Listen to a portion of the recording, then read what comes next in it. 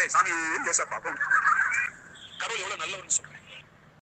welcome to Journey of Life channel. This is a different journey with Jesus towards transformation. இன்றைக்கி நிறையா பீப்புளுக்கு இருக்கக்கூடிய ஒரு சந்தேகம் என்னென்னா, நான் வந்து ஜான் ஜெபராஜ் பாஸ்டரோட சாங்ஸை கேட்கலாமா அப்படின்னு. இன்ஃபேக்ட் என் டீமே பர்சனலாக வந்து கேட்டவங்க இருக்கிறாங்க. அண்ட் நானுமே பர்சனலாக என்னோடய ஃப்ரெண்ட்ஸ்ட்டு இதை பற்றி நான் வந்து கேட்டிருப்பேன்.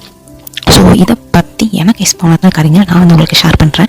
யூஸ்ஃபுல்லாக இருக்குன்ற பட்சத்தில் நீங்கள் அதை வந்து எடுத்துக்கோங்க, இல்லை அப்படின்னா விட்டுருங்க, நோ ப்ராப்ளம். சரியா? பாஸ்டரோட சாங்ஸ் உங்களை ஏசப்பாக்கு நேராக நடத்துது, உங்களை அவங்களோட ஸ்பிரிச்சுவல் லைஃப்பில் உங்களுக்கு ஒரு எழுப்புதலை கொடுக்குது.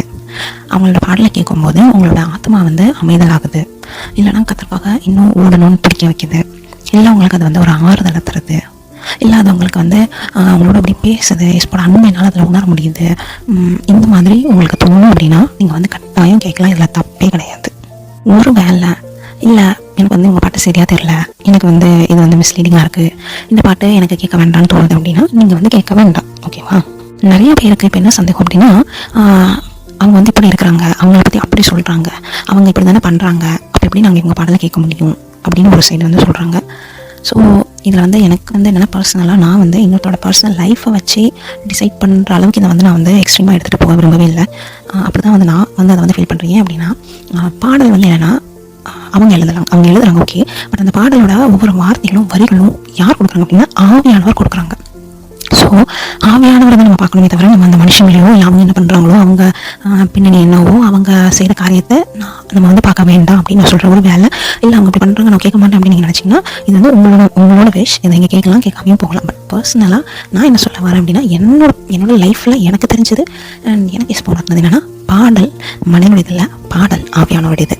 நம்ம என்ன பண்ணுறோம் அப்படின்னா, ஆவியானவர் ஒரு சைடு இருக்காங்க, நடுவில் அவங்க இருக்காங்க, இந்த சைடு நம்ம இருக்கோம்னு வச்சுக்கோங்க. ஆக்சுவலி நம்ம மீடியேட்டராக சென்டரில் இருக்கக்கூடிய, அதாவது தேவன் பயன்படுத்துகிற அந்த பாத்திரத்தை பார்த்துட்டு அந்த பாடல் வந்து எனக்கு பிடிக்கல, அது அப்படி இப்படின்னா அதை வந்து நமக்கு ஒரு சொல்கிறதுன்றது வந்து என்னென்னா, நிச்சயமாக அது வந்து தப்பு நான் சொல்லுவேன். ஏன்னா பாடல் வந்து தேவன் கொடுக்குறாங்க, அதனால தான் அது வந்து அநேக ஜனங்கள் வந்து அது வந்து தொடுது, அநேக ஜனங்கள் கத்திர நேராக நடத்துது. ஸோ வந்து மனுஷங்கள் நம்ம பார்க்காம நம்ம தேவனை மட்டும் பார்த்து அந்த பாடலுடைய உண்மையான ஒரு அன்பையும் அந்த பாடலோட உண்மையான ஒரு உணர்வையும் நம்ம வந்து அக்செப்ட் பண்ணுறது வந்து எனக்கு தப்பாக வந்து தோணலை. ஒரு வேளை உங்களுக்கு தப்பாக இருக்குது அப்படின்னா நீங்கள் வந்து கேட்காதீங்க. ஓகே, அப்போ நீங்கள் கேட்பீங்களா அப்படின்னு நீங்கள் வந்து ஏன்ட்ட கேட்டிங்க அப்படின்னா, நான் வந்து ஆமாம் தான். இன்ஃபேக்ட் சொல்லணும்னா நானுமே ரொம்ப வருஷத்துக்கு முன்னாடி இவங்க வந்து அப்படி இப்படி இவங்க பாடலாம் கேட்கக்கூடாது அந்த மாதிரிலாம் தாட்லாம் வந்து எனக்கும் இருந்திருக்கு. பட் எஸ்பா எனக்கு அதை வந்து உடைச்சாங்க, அந்த சிந்தனை எனக்கு வந்து உடைச்சாங்க. அதுக்கப்புறம் எனக்கு அது வந்து ஒரு பெருசாக தெரியல. நான் வந்து யாரோட லைஃப்பையோ இல்லை அவங்களோட பேக் ஸ்டோரி எத்தையுமே நான் வந்து பார்க்குறதில்ல. எனக்கு பிடிச்சதை நான் கேட்பேன். ஏன்னா கத்திரிக்கு நேராக அது நடத்துது, எனக்கு ஒரு ஆவிக்குரிய சந்தோஷத்தை கொடுக்குது. எனக்கு அந்த பாடலை கேட்கும்போது எஸ்போட பிரசனத்தை என்னால் அனுபவிக்க முடியுதுன்னா நான் வந்து அதை கேட்பேன். ஓகேவா? இதுக்கு வந்து நான் வந்து ஒரு சின்ன சாட்சி சொல்கிறேன். என்ன அப்படின்னா, எஸ்பா வந்து எனக்கு ஒரு டாஸ்க் கொடுத்துருந்தாங்க. பட் அது வந்து என்னால் சுத்தமாக முடிக்குது. எனக்கு பலன் இல்லை, திராணி இல்லை, அறிவில்லை, ஒரு மண்ணும் இல்லை எனக்கு. அப்போது நான் வந்து எஸ்பா நான் வந்து குவிட் பண்ணியிருந்தேன், எனக்கு வேணாம் எஸ்பா எப்படின்னு நான் வந்து ரொம்ப அப்படியே கண்ணீரோடு நான் வந்து அப்படியே பழமிட்டே இருக்கேன் எஸ்பாட்டேன். அப்போது என்ன அறியாமல் எனக்கு ரொம்ப அவங்களோட பாடல் வருது. என்ன அப்படின்னா, நீங்கள் துவங்கின இந்த ஓட்டத்தை நீ சொல்லும் வரையில் ஓடிடுவேன் அப்படின்னு அந்த லைனை வந்து நானே அப்படியே பாடிட்டே இருக்கிறேன். அப்படி என்ன அறியாமல் நான் வந்து பாடுறேன். டக்குன்னு வந்து எனக்கு வந்து தோணுது, ஆமாம் எஸ்ப்பா இது வந்து நீங்கள் துவங்கின ஓட்டம், இது வந்து நீங்கள் எனக்கு கொடுத்தது, இது நீங்கள் சொல்கிற வரை நான் ஓடி முடிக்கணும் எஸ்ப்பா, நானாக வந்து இதை விட்டுட்டு வந்துடக்கூடாது அப்படின்னு நான் வந்து எஸ்பட் அதுக்கப்புறம் பேசி ஒரு கம்ஃபர்ட்டாக எஸ்பட் அதுக்கப்புறம் நான் ஸ்ட்ரெத்தை வச்சுக்கொண்டு அந்த காரியத்தை நான் வந்து என்னென்னா சக்ஸஸ்ஃபுல்லாக என்னென்னா எஸ்பா எனக்கு வந்து முடிக்க செஞ்சாங்க. ஸோ அந்த டைம் எனக்கு அவங்களுடைய பாட்டு எனக்கு வந்து ஆறுதலாக இருந்துச்சு. அது பக்காவாக ஏற்ற வழியில் தேவனிடத்துலேருந்து அந்த வார்த்தை எப்படி இருந்துச்சு, அதை நான் தேடிச்சு அந்த காரியத்தை வந்து எனக்கு சக்ஸஸ்ஃபுல்லாக முடிக்கவும் எனக்கு வந்து என்னென்னா அந்த பாடல் வந்து எனக்கு ஹெல்ப் பண்ணிச்சு. ஸோ அப்படி இருக்கும்போது அந்த பாட்டை தான் நான் பார்க்குறேனே தவிர அந்த மனுஷனை நான் பார்க்கல. அந்த பாட்டில் என்ன வார்த்தை வருதோ அதை நான் கத்த இடத்துலேருந்து வரதை நான் பார்க்கறேனே தவிர அந்த மனுஷனை நான் பார்த்துருந்தேன் அப்படின்னா இன்னும் அந்த பாட்டோட அந்த ஒரு இதை வந்து எடுத்துக்க முடியாது. ஸோ இதுதான் வந்து எனக்கு பர்சனலாக தோன்றது. அண்ட் இனிமேல் சொல்லணும் அப்படின்னா, அவங்களோட நிறைய பாடல்களை பார்த்தோம் அப்படின்னா நிறைய நான் பிலீவர்ஸ் வந்து எழுதியிருப்பாங்க. நான் வந்து இப்படி தான், நான் வந்து ஒரு நான் பிலீவர், ஆனால் இந்த பாட்டு கேட்கும்போது எனக்கு எஸ்போட அன்பை வந்து ஃபீல் பண்ண முடியுது, நான் சூசைட் பண்ணிடலான்ட்டு இருந்தேன். ஏன்னா இந்த பாட்டு மூலிமா நான் வந்து இன்றைக்கி என் உயிர் வந்து காப்பாற்றப்பட்டிருக்கு, இந்த பாடல் மூலிமா நான் வந்து ரசிக்கப்பட்டிருக்கேன், இந்த பாடல் மூலிமா நான் வந்து எஸ்பா அக்செப்ட் பண்ணிக்கிட்டேன் இப்படின்னு நிறைய சாட்சி வந்து அவங்களோட பாடலோட கமெண்ட் செக்ஷனில் நம்ம நிறைய வந்து பார்க்கலாம்.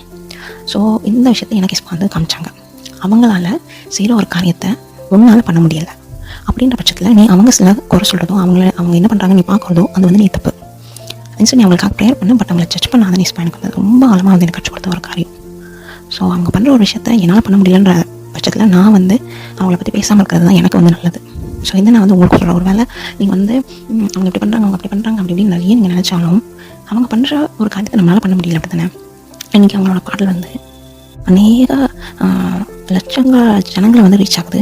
அநேக 1000 ஜனங்கள் இந்த பார்த்து ரசிக்கப்படுறாங்க, மனம் திரும்புறாங்க, கண்ணீர் வடிக்கிறாங்க, இதோட அன்பை உணர்றாங்க. ரொம்ப ரொம்ப ரொம்ப ப்ரோக்கனான ஸ்டேட்டில் இருந்தேன். எப்படின்னா எனக்கு வந்து ஒன்று செய்வேன்னு சொல்லியிருந்தாங்க.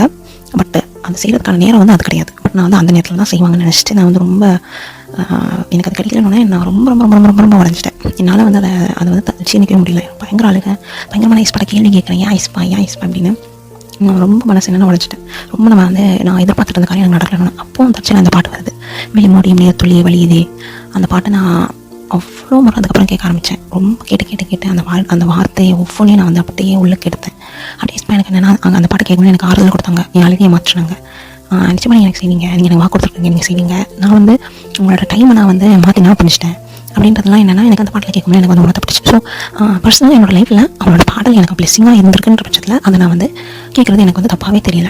ஒருவேளை உங்களுக்கு அவங்களோட பாடல் வந்து கிரியை செய்யலை, உங்களுக்கு அவங்களோட பாடல் வந்து பிரயோஜனமாக இல்லை உங்களுக்கு ஆவியானவர் இது வந்து உங்களுக்கு வேண்டாம் அப்படின்னு சொன்னாங்கன்னா நீங்கள் வந்து கட்டாயம் நீங்கள் வந்து கேட்கணும்னு அவசியம் இல்லை. நீங்கள் வந்து கேட்காம இருக்கிறது உங்களுக்கு பெட்டர். ஓகேவா? அப்புறம் சாங்ஸில் இங்கிலீஷ் வேர்ட்ஸ் மிக்ஸ் ஆன சாங்ஸ் வந்து எஸ்பேன் வந்து கேட்க வேண்டான்ட்டாங்க. ஸோ நான் அந்த சாங்ஸை கேட்க மாட்டேன். இங்கிலீஷ் அண்ட் தமிழ் மிக்ஸ் ஆன சாங்ஸ் எதுவுமே நான் வந்து கேட்க மாட்டேன். அதை வந்து நான் ரொம்ப அந்த மாதிரி நான் பண்ணிக்க மாட்டேன். பட் அந்த சாங்ஸ் நான் அதை கேட்பேன். இதயம் நாய் கொண்டோர், வெட்கப்பட்டு போதில் அந்த பாட்டில் எனக்கு ரொம்ப பிடிக்கும். டிக்கடி நான் வந்து அதை வந்து பாடியிருக்கிறேன்.